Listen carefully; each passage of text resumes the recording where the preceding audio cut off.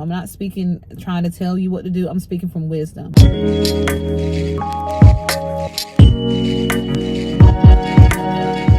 I know a lot of people who've been following this channel are probably wondering where I've been. It's been a very long time since I have posted a video on this channel, and an even longer time since I posted that video where I was talking about leaving the industry and quitting being a therapist for good. I have since hidden that video and other related videos for various reasons that I'll get into.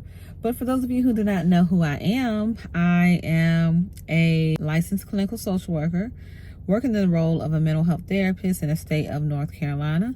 I have 12 years of clinical experience, and I had a love-hate relationship with my career. This channel has gone through a lot of ups and downs. It started off as a mental health resource back in 2020. I started on World Mental Health Day in 2020. And I started off as a mental health resource, but then I started getting a lot of questions about social work, and then it transitioned into a social work resource channel.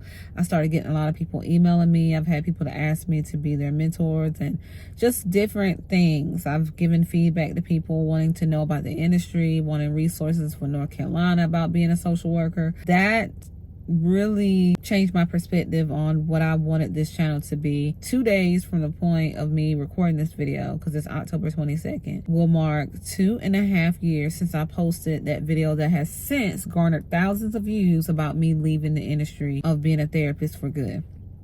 That video attracted so much attention, and I decided to hide it because I did not want to add to the niche, so to speak, of content of people saying they hate their 9-to-5s. I didn't want that type of traffic to my channel because I'm no longer in that space mentally.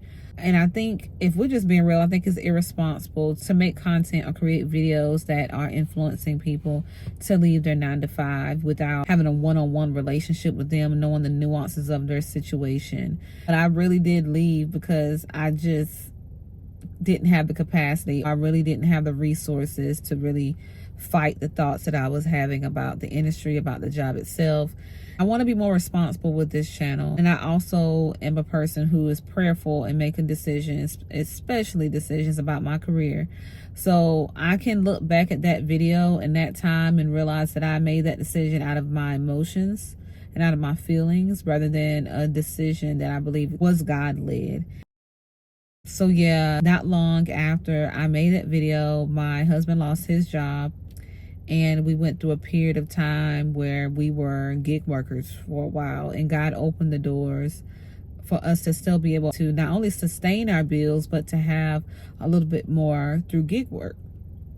Then I attempted a business that, not saying that it failed, but I just haven't had the capacity to really pour into it like I should. Fast forward to December 2023, where I'm not even gonna say I was like depressed, but I was just like in this state of feeling like, what now, and feeling low about having all of these skills, because in the efforts of trying to start that business, I had gained skills, but it just wasn't scaling the way I thought. So I had all these skills, and I was just really reflective, as a lot of people are around that time of year, about what am I gonna do with this next year. And I just said, you know what? I've invested too much into my career to really throw away everything. Even though I wasn't working in the field, I had still decided to keep my license active. And I decided to keep it active at the time because I didn't know what was going to happen. And if I decided, like I ended up doing, to pursue a job, I didn't want to have to go through just all the red tape of getting my stuff reactivated and all of that. So I kept my license active, and at the beginning of December of last year, I just decided to start contract work. I did that, but then I was like, obviously I need something even more consistent than that. So I updated my LinkedIn, because my husband, by this time, he was in his industry, because after losing his job, he hustled and got back into corporate America, and he had scaled his LinkedIn. Now he has over 2,000 followers, and he has a very successful LinkedIn. It's so wild because I was the one that helped him to even start his LinkedIn, and then he got it to where it is now. Then he doubled back and helped me to get my LinkedIn where it is now. I'm now almost at 1,200 followers or connections. So even though I didn't really know, like, I prayed on it and I kept praying on it, and I said, you know what, I'm just going to get my LinkedIn where it should be, make sure it's up to date, and I'm just going to see what's out there. And I prayed about it. I remember going to, for those of you who are Christians, I remember going to New Year's Eve service and hearing the message about new beginnings, really being prayerful about, God, if this is something that you want for me to get back into corporate America, mental health corporate America, then you're going to make a way for me. And I just remember releasing it.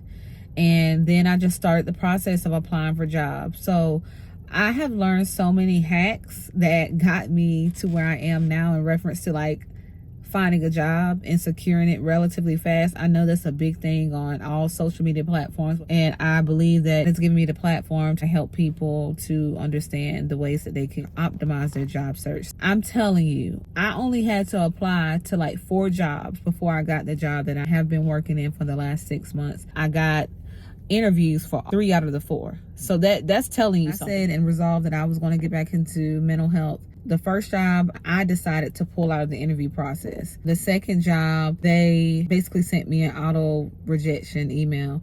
The third job, I got an interview, but they were kind of playing games, and that was around the same time that I had applied for the 4th job. So I accepted the 4th job's offer after negotiation, of course, in the midst of the 3rd job kind of playing games. So yeah, that being said, between the time that I applied for the 4th job and the time that I was given an offer, I'm telling you, it was like 3 weeks.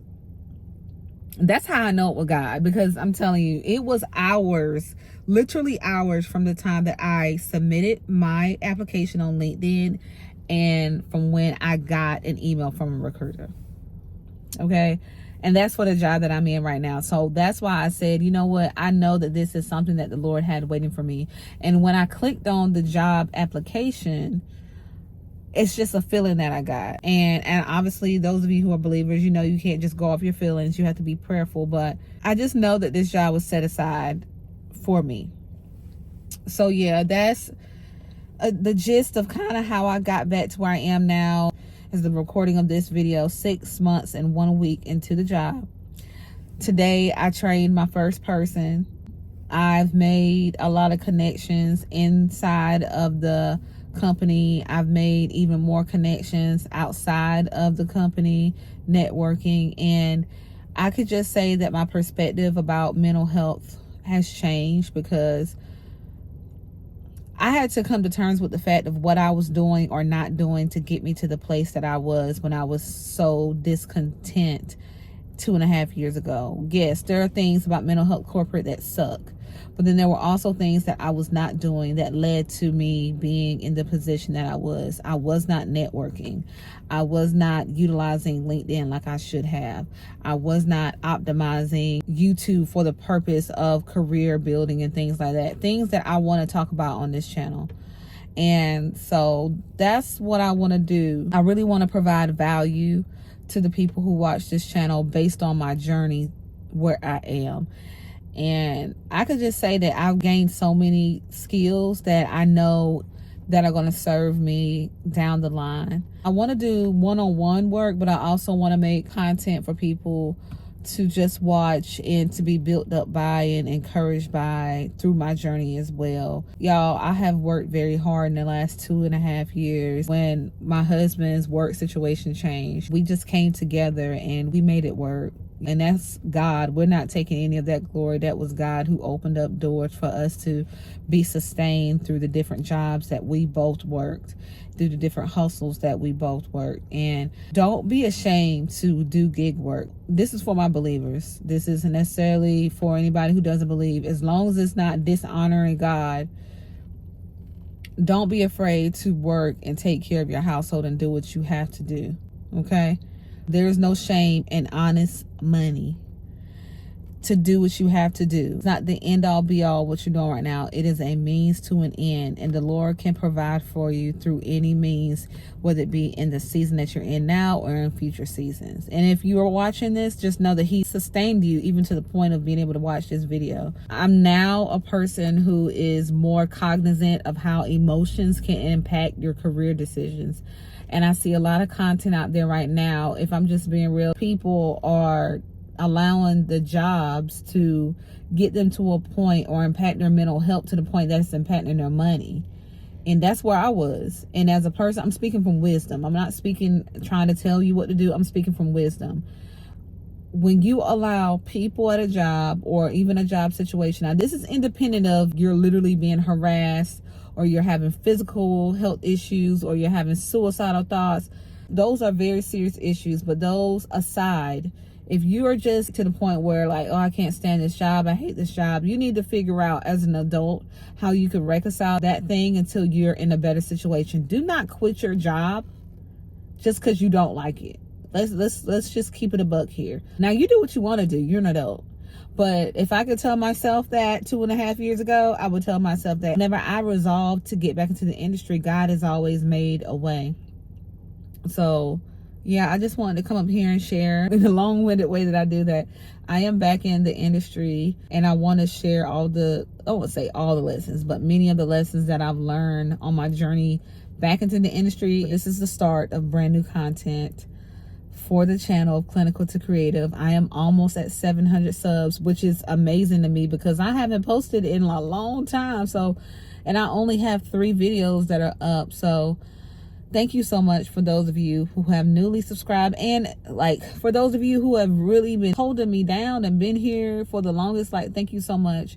And we're on a journey to getting 1,000 subs and to getting monetized. So bear with me as I work to get this content out. I want to share practical tips on this channel, but also know that I'm a believer. So that's going to be threaded in there as well. My perspective is from a faith-based perspective, but I also have been blessed to understand a lot of things from a practical perspective as well. Both of them are extremely valuable, and both of them will be on this channel. I just wanted to share that with you guys.